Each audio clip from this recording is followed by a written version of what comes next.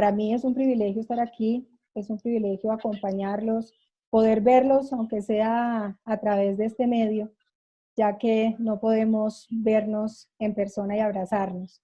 Ujú. Y un privilegio para mí también compartir con ustedes este tema que creo que nos está afectando a todos, porque todos de alguna manera, en una medida mayor o menor, hemos sido afectados por esta situación y hemos tenido que hacer cambios en nuestra vida. Y, y hablar de cambio es algo hasta gracioso, porque el ser humano es reactivo al cambio y nuestra vida es una vida de continuos cambios. Todos los días hay cambios. Nuestro cuerpo cambia todos los días. El cuerpo de ayer no es el mismo del de hoy porque ayer murieron células en nuestro cuerpo y nacieron células nuevas. Pero en medio de todo esto se nos dificulta mucho cambiar. El desafío del cambio. ¿Por qué pongo la imagen de un águila? Porque el águila es el animal que nos da muchísimos ejemplos de liderazgo. En el liderazgo se habla mucho, se pone mucho el águila como modelo. Pero yo hoy quiero referirme específicamente a un proceso de transformación que sufre el águila, un proceso de cambio que nos deja muchísimas enseñanzas. El águila es un animal que vive 70 años. Aproximadamente es el promedio de vida de las águilas. Sin embargo, cuando llega a la mitad de su vida, a los 35 años, el águila ya está desgastada, ya su pico no tiene el mismo filo que tenía antes, no tiene la misma capacidad de agarre, sus uñas están débiles, entonces no puede agarrar a su presa cuando va volando y cuando se va hacia el suelo a cogerla ya no puede sostenerla y sus plumas se ponen muy pesadas. Entonces el águila tiene que tomar dos decisiones, o se queda así y literalmente se muere porque se muere de hambre, o decide cambiar, hacer un cambio drástico en su vida para poder continuar esa mitad de vida que todavía le queda. Entonces el águila se remonta a lo más alto de las montañas, busca un lugar donde pueda estar sola, donde pueda estar tranquila, donde no tenga que volar, porque lo que le espera es un tiempo muy largo de transformación. Busca un nido en el que se esconde, es su guarida, y cuando ya está segura en ese espacio, empieza a golpear su pico contra la roca, hasta tal punto que lo arranca, lo golpea hasta que lo arranca por completo. Cuando ya su pico es arrancado y ustedes se pueden estar imaginando el dolor que eso puede significar. Tiene que esperar varias semanas para que su pico vuelva a nacer. Y cuando ya tiene nuevamente su pico nuevo, empieza a arrancarse las uñas. Otro dolor tenaz. Nosotros hemos sentido el dolor cuando se nos parte una uña, lo que decimos por la madre, eso es un dolor tremendo. Imagínense lo que puede sentir este animal arrancándose las uñas. Y tiene que esperar otras semanas para que sus uñas nazcan. Cuando ya tiene nuevamente su pico y sus uñas, empieza a arrancarse las plumas. Se las arranca completamente, queda sin una sola pluma y tiene que esperar otro tiempo hasta que sus plumas nacen de nuevo y ya es una nueva águila y ahí ya puede iniciar el resto de sus 35 años de vida que le hacen falta. Este es un proceso que dura 150 días, 5 meses. ¿Cuánto tiempo llevamos nosotros en cuarentena? Como 53 días, por ahí más o menos. Que eso en meses estamos llegando a los 2 meses. Muy posiblemente tengamos que llegar a 150 días, ojalá que no. Pero la pregunta es, ¿qué proceso de transformación hay en nuestra vida o ha habido en este tiempo que llevamos en este aislamiento, en esta situación que nos tomó a todos por sorpresa? Situación que tal vez no queríamos, que no esperábamos, pero que nos tocó vivir. ¿Qué tanto estamos aprovechando este tiempo para generar cambios en nuestra vida? Les quiero dejar estas dos preguntas y ojalá las escriban, las dejen ahí, se las dejo de tarea para que analicen realmente. La primera es, ¿qué representa el pico y las garras del águila en mi vida? Recuerden que el águila se arranca el pico y se arranca las uñas, las garras, porque ya no le sirven porque no le funcionan como antes. ¿Qué cosas hay en tu vida que son un pico y unas uñas que ya no te funcionan? ¿Qué cosas has venido haciendo que antes te funcionaban, te daban resultado y ya no es igual? Sin embargo, las sigues haciendo. Einstein decía que locura es querer tener resultados diferentes haciendo lo mismo. Y muchas veces nosotros actuamos como locos, haciendo las mismas cosas que ya no nos dan resultados, pero queriendo tener resultados diferentes. Esta otra pregunta, ¿qué peso he venido cargando que ya es tiempo de soltar? El águila ya siente un peso grande, sus plumas están envejecidas, ya le pesan y decide arrancárselas porque le quitan agilidad, porque no la dejan volar, porque no la dejan remontarse a las alturas. ¿Qué peso hay en tu vida que no te deja volar, que no te deja progresar, que no te deja avanzar? Tal vez una falta de perdón, tal vez una amargura, tal vez un sufrimiento, porque una cosa es el dolor y otra cosa es el sufrimiento. Tal vez un dolor de una pérdida de hace muchos años que todavía vienes arrastrando y no has podido soltar.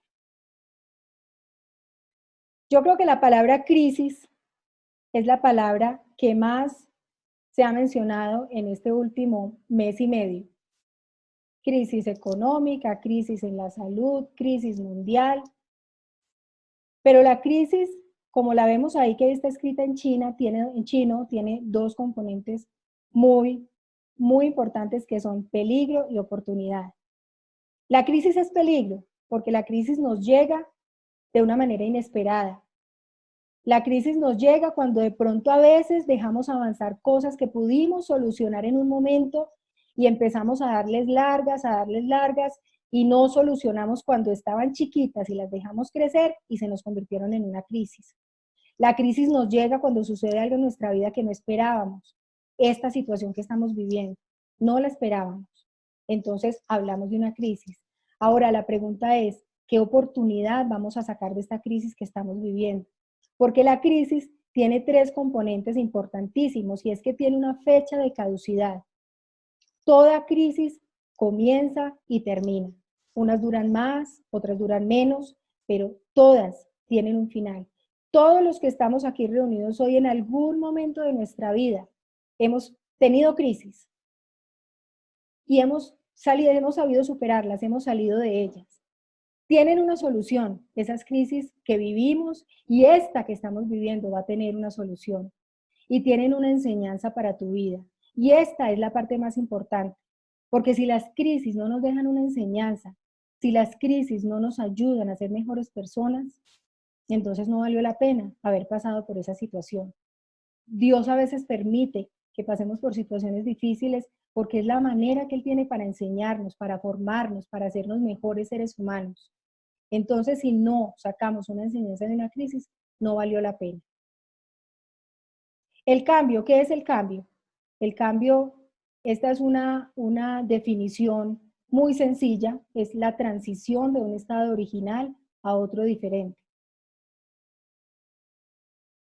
Aquí pongo la imagen de lo que es el cambio de una mariposa desde que es un gusanito hasta que sale esa maravillosa mariposa de colores.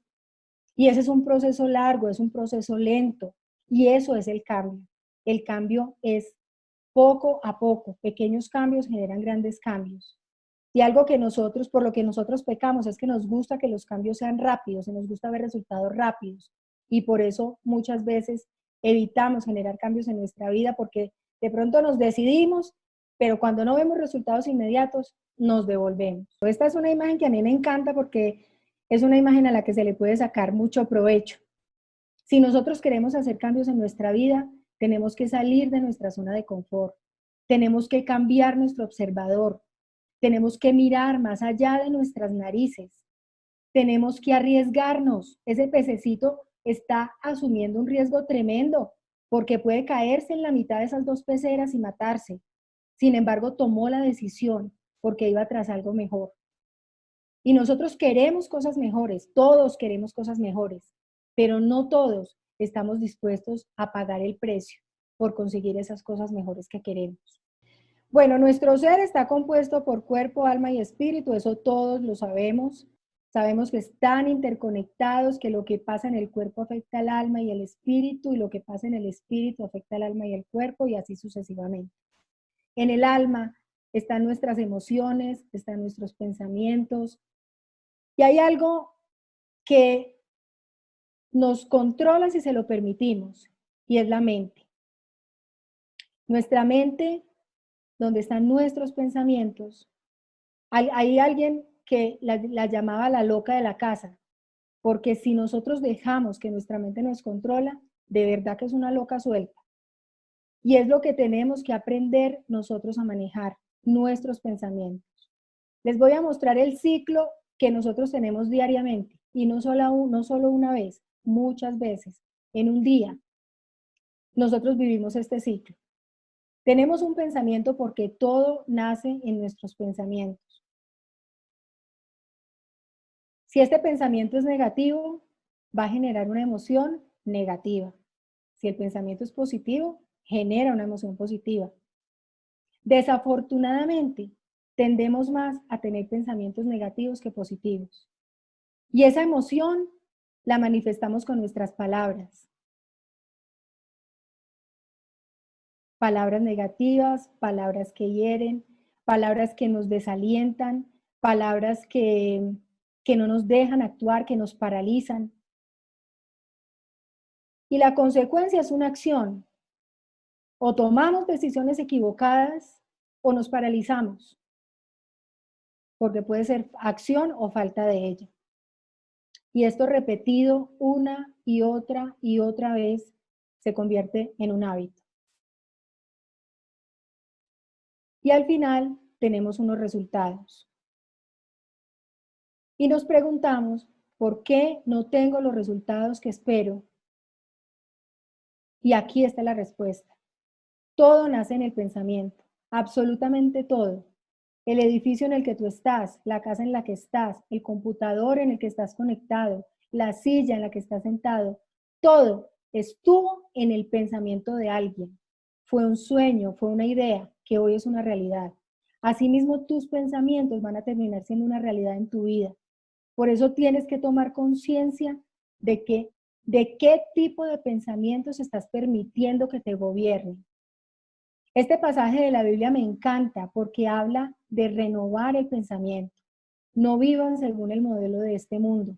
Y nosotros nos dejamos permear mucho por la información que recibimos todos los días, por las redes sociales, por la televisión, por tantas cosas que nos están bombardeando de información todos los días, y nosotros estamos permitiendo que esa información nos afecte.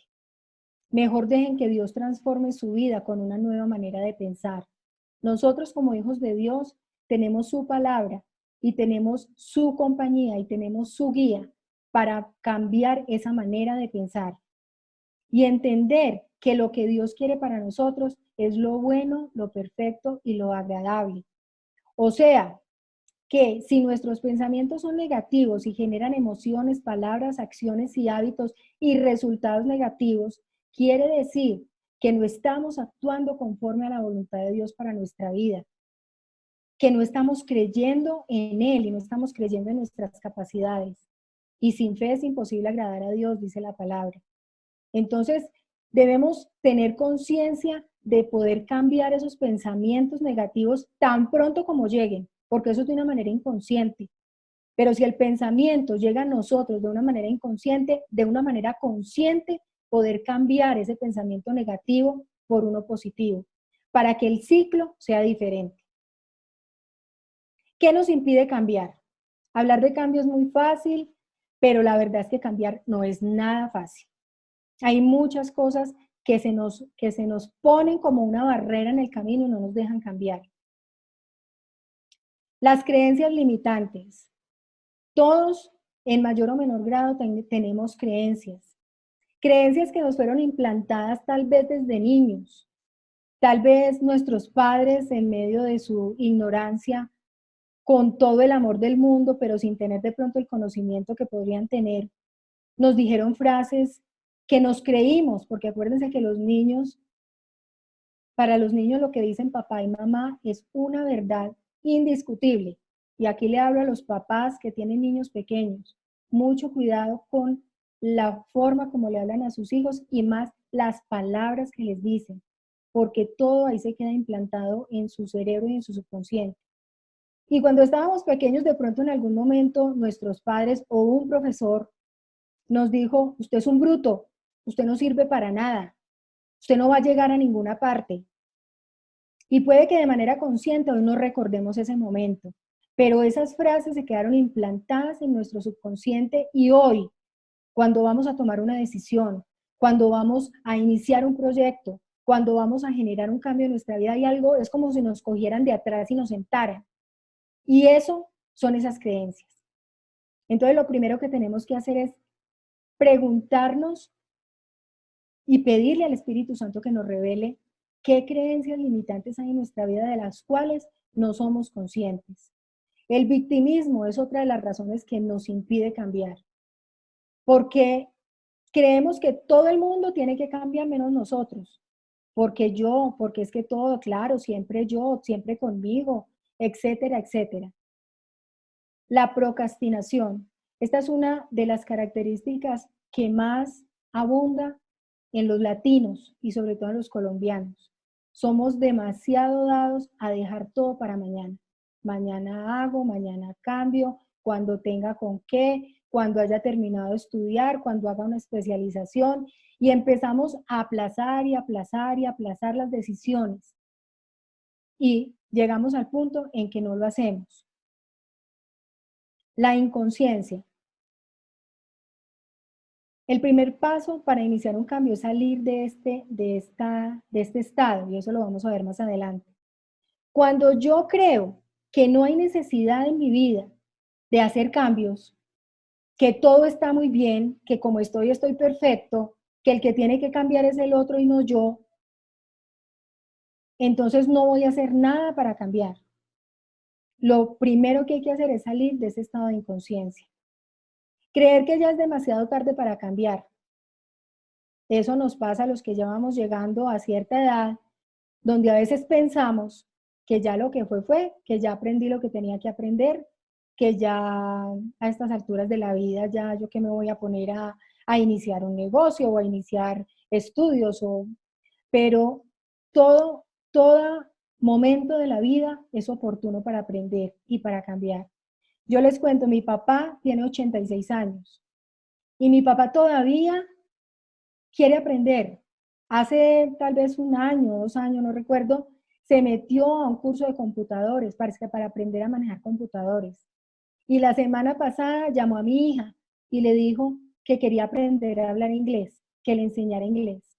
Un hombre de 86 años que uno diría, por Dios, que va a poder aprender a hablar inglés una persona de esta edad. Pero mi papá no cree eso.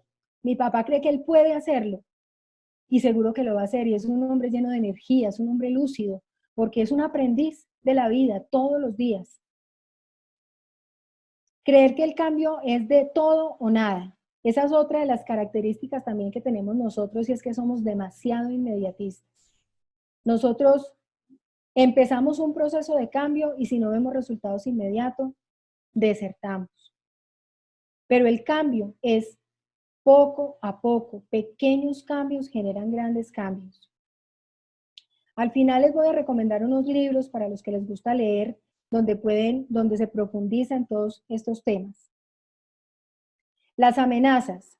Aquí hablamos de dos tipos de amenazas. La primera es amenazar a alguien para que cambie, que eso lo hacemos mucho cuando somos nosotros los que tenemos el poder o la autoridad. Entonces, si yo soy el líder de un equipo, muchas veces puedo cometer el error de amenazar a mi equipo con cualquier cosa, buscando que el equipo haga cambios, que haga mejoras.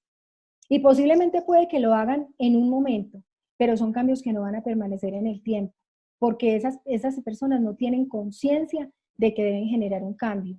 Y lo mismo con nuestros hijos. Cuando a nuestros hijos los amenazamos con quitarles el celular o quitarles el computador o etcétera, etcétera, para que hagan un cambio en su vida, vamos a poner un ejemplo, el orden en su cuarto. Me ordena su cuarto, le quito el celular. Decirle a un muchacho o a un niño que se le va a quitar el celular es como quitarle más o menos como media vida. Entonces, con tal de que no le quiten su celular, pues obviamente él va a ordenar su cuarto. pero lo va a hacer una vez. Pero si se le crea la conciencia de lo que significa el orden, de lo que me podría mejorar su vida y su bienestar, si empieza a ordenar su cuarto, lo seguirá haciendo siempre. Las amenazas no funcionan para generar cambios. Y el otro tipo de amenaza es la amenaza que para nuestro cerebro significa enfrentarnos a una situación en la que tenemos que cambiar. El cerebro es un órgano perezoso, no le gusta el cambio, no le gusta moverse de su zona de confort. Y cuando hay algo que nos obliga a generar cambios en nuestra vida, inmediatamente generamos un bloqueo. La falta de motivación. Este tal vez es el más importante de todos. Motivación es motivo para la acción. Cuando yo no tengo un motivo en mi vida que me lleve a generar una acción, no voy a tener razones para cambiar, no voy a tener razones para hacer cosas diferentes.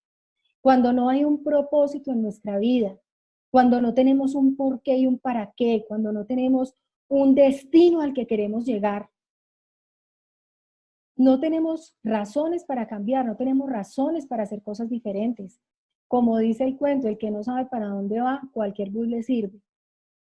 Cuando no hay una razón en nuestra vida para hacer cambios, simplemente no nos interesa hacerlos y no los hacemos. El cambio tiene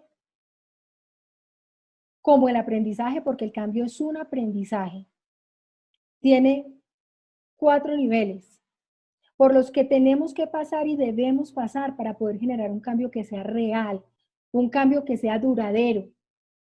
Porque, como les decía ahora, a veces generamos cambios por un momentico, pero otra vez volvemos a donde estábamos y no se trata de eso. El primer nivel, el primer cuadrante en el que nos colocamos es el inconsciente incompetente. En este cuadrante estamos en un estado de negación. Hay inconsciencia total porque no creo que tenga que cambiar, porque mi vida va bien como va, porque así yo no esté teniendo los resultados maravillosos que podría tener, pues así estoy bien. Y es cuando entramos en un estado de conformismo, de así estoy bien, ¿para qué voy a cambiar? ¿Para qué me voy a estresar haciendo cosas diferentes y lo que he venido haciendo, pues ahí mal que bien me ha funcionado? Entonces estamos en ese estado de inconsciencia y obviamente de incompetencia, porque si no sabemos que no sabemos, pues no lo hacemos, así de sencillo. El primer paso y el más importante y el más difícil es salir de este estado de inconsciencia. Es llegar a entender que debo generar cambios en mi vida y no esperar que los otros cambien para yo cambiar. Es impresionante ver, y nosotros lo hemos visto en nuestros procesos, no solo de formación, sino en nuestros procesos de coaching, cómo una persona toma la decisión de hacer un cambio en su vida y todas las personas que están a su alrededor cambian. Y resulta que de pronto no fue que las otras cambiaron, sino que esta persona al hacer el cambio tuvo un observador diferente.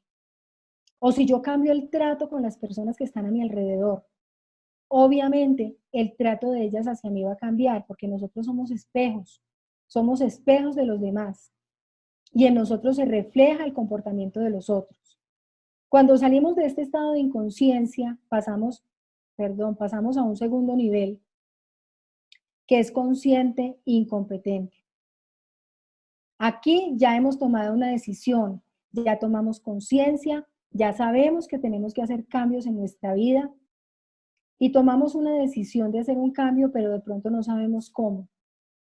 En este punto hay un peligro grande de volver al inicio, porque es aquí donde damos 2 pasos para adelante y 1 para atrás, donde iniciamos un proceso y necesitamos la perseverancia para poder continuar.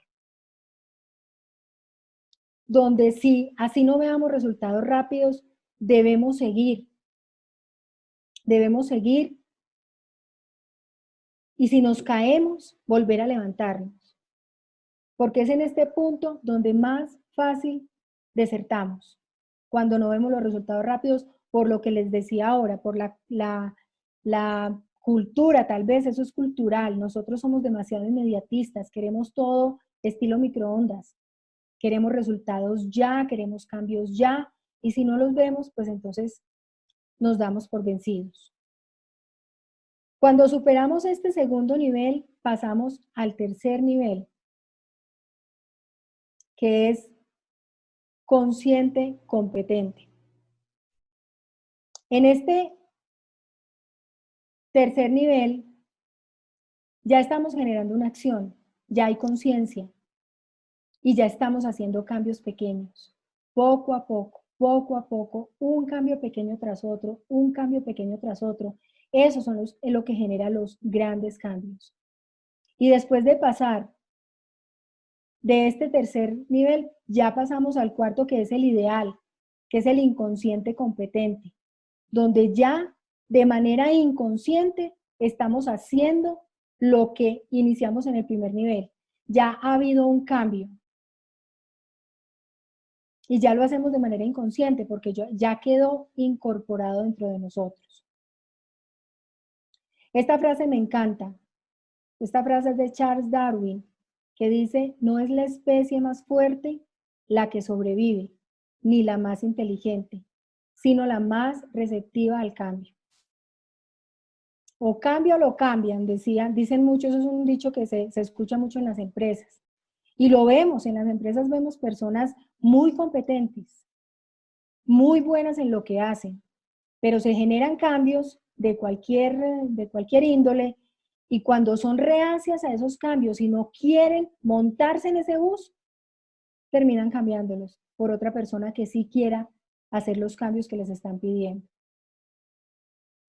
Les quiero dejar esta otra tareita para que también la anoten y se hagan estas 3 preguntas en este tiempo.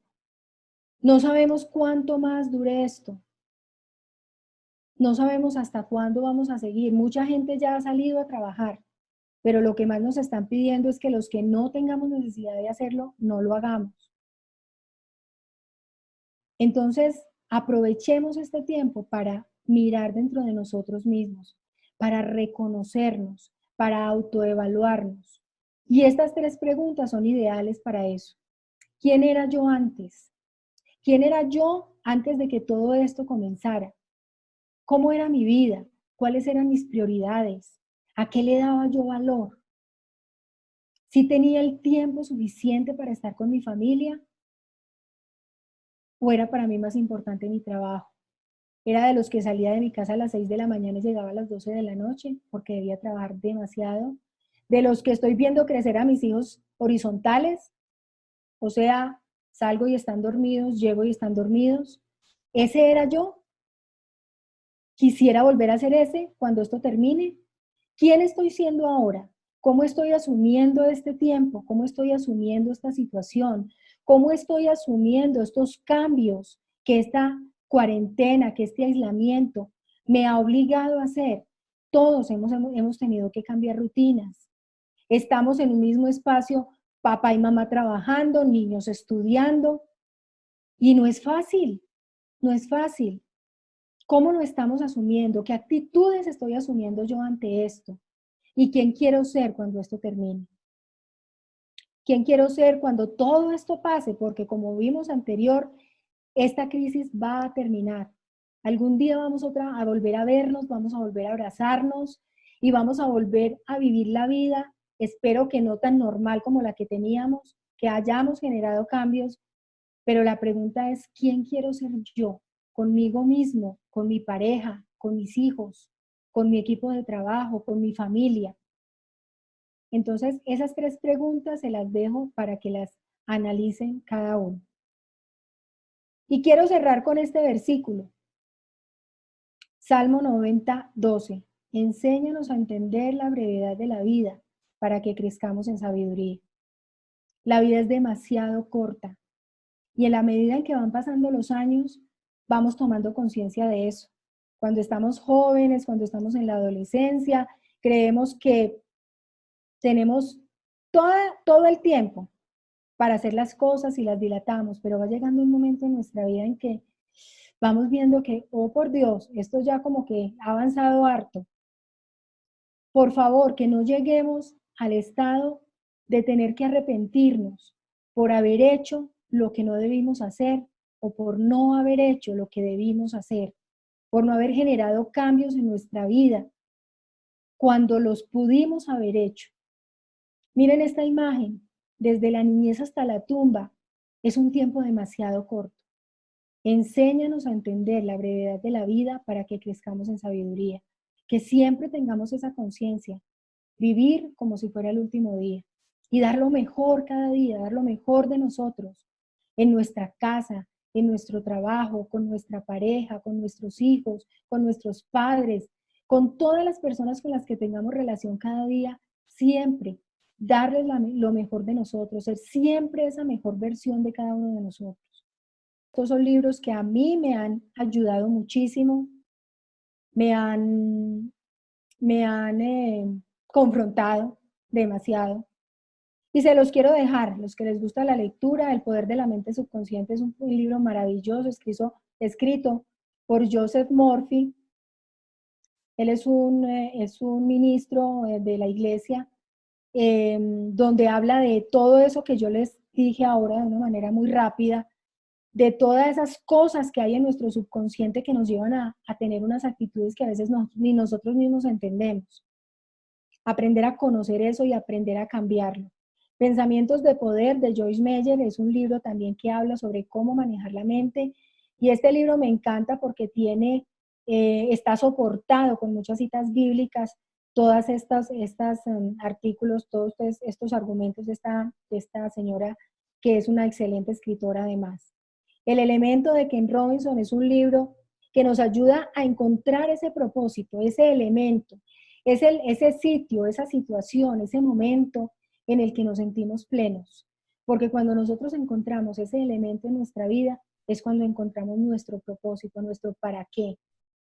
Y es cuando ya hacemos cambios con ganas, porque tenemos un motivo para hacerlo, porque tenemos una razón.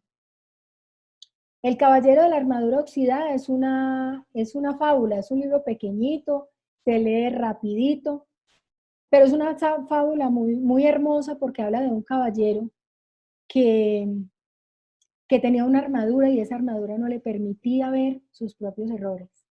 Veía errores en todo el mundo, en su esposa, en sus hijos, en su caballero de armas, en todo el mundo, pero no podía ver las armaduras en sí mismo, perdón, las fallas en sí mismo.